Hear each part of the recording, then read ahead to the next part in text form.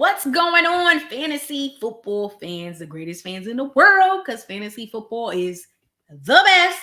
Welcome to the Blown Coverage Fantasy Football Podcast. I'm Waiver Wire Queen. Today, I'm going to give you my top 10 tight ends in fantasy football going into the 2022 season. That's right. These are the rankings you need to know, especially if you are in a 2 tight end league. Make sure you subscribe to the YouTube channel. And if you enjoy listening to the podcast, check us out on Spotify, Apple, Google. We are out here in these fantasy football streets. I know people say, it's early as hell. You damn right it's early as hell. We giving it to you now so you can prepare for the season. Some people are doing drafts right now, okay? Starting up leagues, doing your drafts. So you got to be prepared. Ain't nothing like having the rankings. Let's talk about our top 10. Number 10, Mike Gesicki, tight end with Miami. That's right. Played all 17 games. He has played very well. He played very well, y'all. Even with Tua throwing the damn ball, he played very well. Over 780 receiving yards, 2 touchdowns. Obviously, it was a career high in yardage. I would love to see those touchdowns increase. That would really push him up to the top 8 at least. 2 touchdowns, just not enough for a tight end. However, I think some of the issues was quarterback play. Nonetheless, still able to get over 700 yards with a quarterback who was inconsistent most of the season. You definitely belong in the top 10. So if you can target him in a trade, if you're in a dynasty league, or if you plan on drafting him because you cannot get some of the top dogs at the top of this list, then Gesicki is definitely a solid add, and you should be checking for him. Let's talk about number 9, Dawson Knox, y'all. That's right. Breakout season. And a lot of that breakout season came from 9 touchdowns. This man had 9 touchdowns, okay?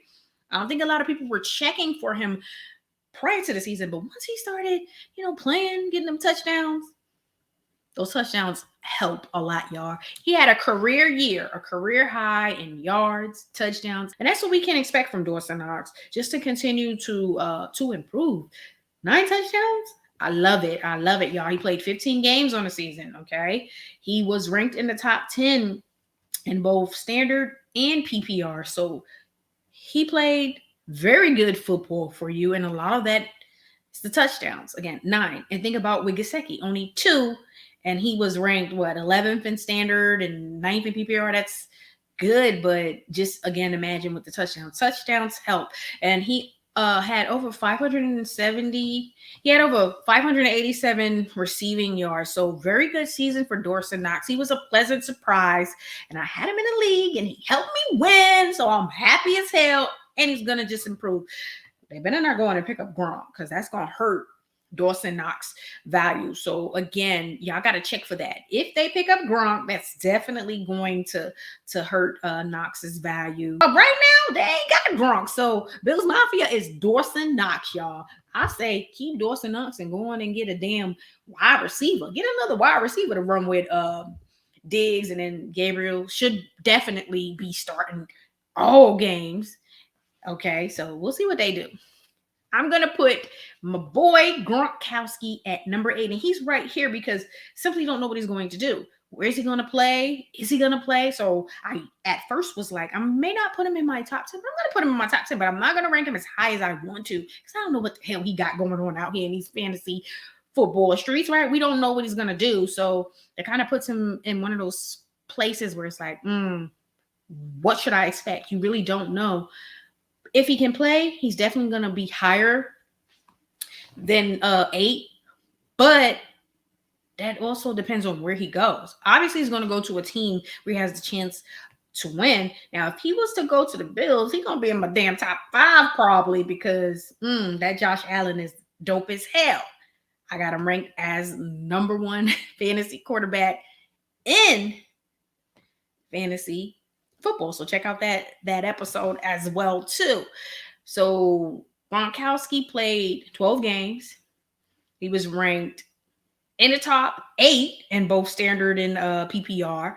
He had over 800 receiving yards and 6 touchdowns. That's great production, obviously. Just imagine if he played more games. If he played all 17, definitely would have been well over 1,000 yards. But nonetheless, if he plays and say he does go to the Bills, it's going to be hard to not put him in the top 5. It's just going to be hard. Another pleasant surprise, I got him at number 7, Dalton Schultz. The Dallas Cowboys better prioritize re-signing him. You know that Jarwin has never been healthy. He's never been healthy, so guess what? You need to try to figure out how to keep Dalton Schultz. He's played very well, had a career high in all categories, over 800 receiving yards and 8 touchdowns. Again, he was ranked, 3rd? Tight ends and standard and PPR, that's great. Okay, very good. No one was expecting that. Only person who expected him to play well that I know was my brother. But most people wasn't expecting him to be, in the top 5. He produced over 800 receiving yards and 8 touchdowns. No one was expecting that. You expected him to play well, but not that well, which is why the Cowboys better prioritize signing Dalton Schultz back. I have him at 7 because I simply don't know where he's going to go. Is he going to just go for the money because the Cowboys may not be able to afford to re-sign him? Is he going to go somewhere where he's going to get the money and you go play with somebody like Baker Mayfield? Your ass going to be in the top 30. It's going to be well out the top 10. But let's hope that he goes somewhere let's hope he stays with the Cowboys. That's what I want. I want him to stay with the Cowboys. But if he does go somewhere else, let's hope that is a team that is going to utilize him. Is not going to hurt his production. As you can see what happened with Austin Hooper. Okay. Number 6, Dallas Goedert. I don't care what people say or what you're looking at. Dallas Goedert had a good year. The only issue is he didn't have more touchdowns. More touchdowns would have been probably ranked higher. Okay. He had over 830 receiving yards and 4 touchdowns. That is more receiving yards than Dalton Schultz, but less touchdowns. More touchdowns, better production. Again, and this goes for Devontae Smith. It's the quarterback, y'all. It's the damn quarterback. He need to be better. I'm sorry. Need to be better. He was better. Goddard would probably had over 1,000 yards and probably 8 touchdowns. So we'll have to see. Goddard did play 15 games this year, okay? And it was a career high in receiving yards. Very, very good young tight end. And hopefully Hurts will produce. Well, first of all, hopefully he'll work on his game this offseason, and that will allow him to produce better statistics and position his skill players to have the opportunity to perform better. Even though Devontae Smith had over 900 yards, sometimes wasn't that pretty. And some of that may have been Devontae, but a lot of that was damn Hurts just not looking that great at times. But that was just if you were watching the games. He still produced from a fantasy standpoint, which is the ultimate goal and all we really care about in fantasy. But when you have players like Smith and Goddard, that hurts their production. But we'll see. I'm going to cross my fingers and hope Hurts gets it together so Dallas Goedert could have more touchdowns and have a better year when it comes to yardage. And I'm going to put my boy Kyle Pitts at number 5, y'all. That's right, 5. Kyle Pitts. We all know he was going to have a good rookie year, okay? Great season. Would have been even better if he didn't have Matt Ryan as his damn quarterback. But nonetheless, it is what it is out here in these fantasy football streets. We take it because he still had a good year. He had 1,026 receiving yards, 1 touchdown. He would definitely be on a whole nother level if he had more touchdowns. Like, why only 1 touchdown? Like, they're going to have to figure that out. But I'm hoping that they identify a young quarterback and they move on from Matt Ryan. Because, come on now, y'all. Matt Ryan just didn't play well for the most part. And it kind of hurt the touchdown aspect for Pitts. But there were some games where Pitts didn't have good games. And it wasn't really Pitts. It was that damn Ryan. But we'll see what he can do. Again, played all 17 games. He was ranked in the top 10 in both standard and PPR. And again, good young tight end. Just need more touchdowns, okay? I have Kyle Pitts in a 2 tight end Superflex Dynasty League, and I have him in another 1 tight end league, but he's definitely a great young asset to have at the tight end spot, where you already know that it's hard to find good tight ends in the NFL, especially from a fantasy perspective. You're not going to have a lot of tight ends that's getting you over 1,000 yards. Just imagine if the touchdowns were there. But that's what I'm going to say that needs to improve with him, the touchdowns, okay? Because the yardage will be there. Just need more touchdowns. And I'm going to put my boy Darren Waller at number 4. That's right, y'all. Darren Waller had a down year. Very much down year, but a lot of that was injuries. I expect him to bounce back. I looked, and someone had him as the number 1 tight end in their rankings. And I'm like, did you forget about Mark Andrews, my boy Kelce and Kittle? I had Waller in my top 3 last year, but I have to push him out of my top 3 because of last season and whatever occurred. And a lot of things occurred. You had the top 3 dogs, who normally is the top 3 tight ends in fantasy, produced very well. Mark Andrews, a career year. He should be the number 1 tight end, right? Yeah, but we'll have to see. And again, when you think about things, it's like, can Waller bounce back? Hell yeah, he gonna bounce back, okay? I'm expecting him to have a career year because Carr gonna get him the ball. And then they have a nice new coach who's going to get him the ball. The offense is going to be much better. Okay, so let's just see what McDaniels can do out there for them. Okay, I expect this new coaching situation to help Waller's stats in fantasy, and obviously Carr. But on a season, he only played 11 games. He had 665 receiving yards, 2 touchdowns. Again, down season, injuries, bounce back will occur. Another issue for the Raiders, I feel, is you have Waller, and we have Hunter Renfrow out there, but Hunter Renfrow is not a number 1 wide receiver, y'all. Stop acting like he is. Yeah, he had a career year, played very well, but y'all need to stop acting like he's a number 1 wide receiver. They still need to identify that number 1 guy, and that's going to take some of the pressure off of Waller, but obviously Hunter Renfrow is a very good wide receiver. He just shouldn't be your number 1 wide receiver. So they do need to bring in the guy who's going to be a number 1 to complement Hunter and Darren. It'll all work. I expect McDaniels to do the damn thing. He better. Got another opportunity. He better do the damn thing with that opportunity. Coming in at number 3, Mark Andrews. Yes, y'all. I know he had a career year, but there's some other guys who's just really, really good as well. He played all 17 games. He is Lamar Jackson's favorite target. Let's be real. It's his favorite target. He's a security blanket. He was number 1 in fantasy.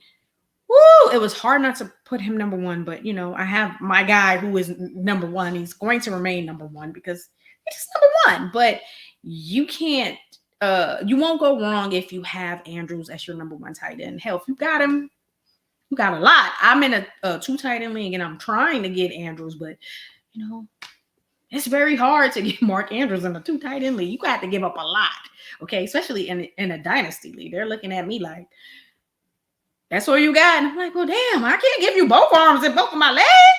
But nonetheless, Mark Andrews, again, career season, 1,361 yards.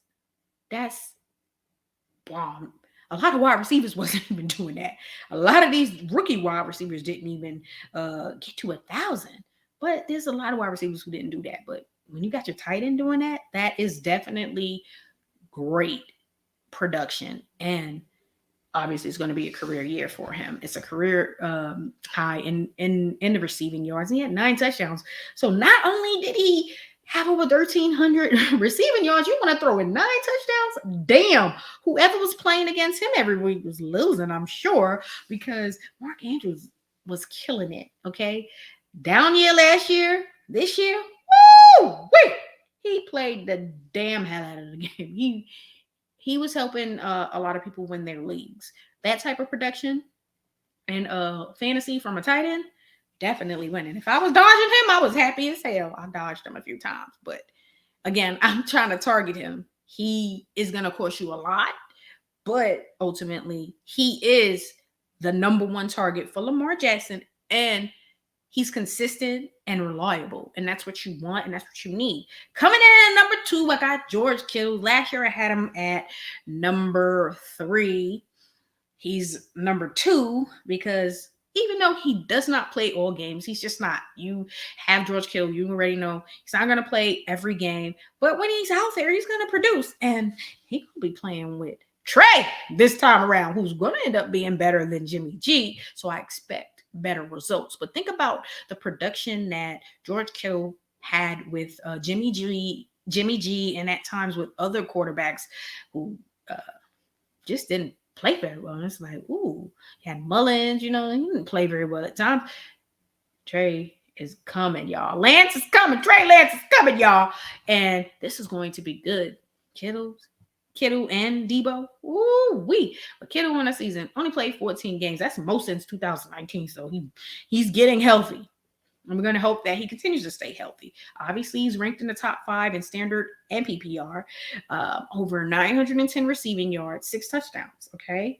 And at times you do got to realize they were just running the ball first, and you didn't have great quarterback play at times. But guess what? We're going to hope that Lance is going to be that guy. And the 49ers gave up a lot because they believe that he's going to be better than Jimmy G. And I hope he does. I got him in 2 of my dynasty leagues. So Waiver Wire Queen is ready, y'all.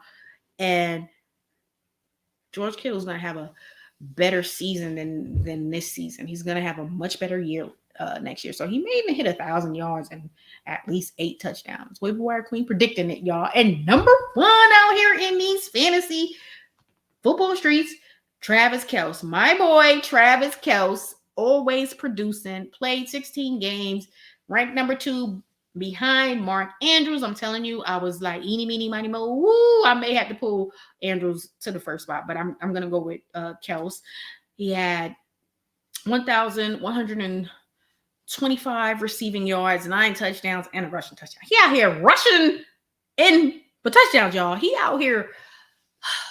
Kelce is out here rushing for touchdowns, y'all. Okay, how many tight ends doing that? Not a lot, but he is. So, again, number 1 tight end in my rankings is Kelce. He's always going to produce.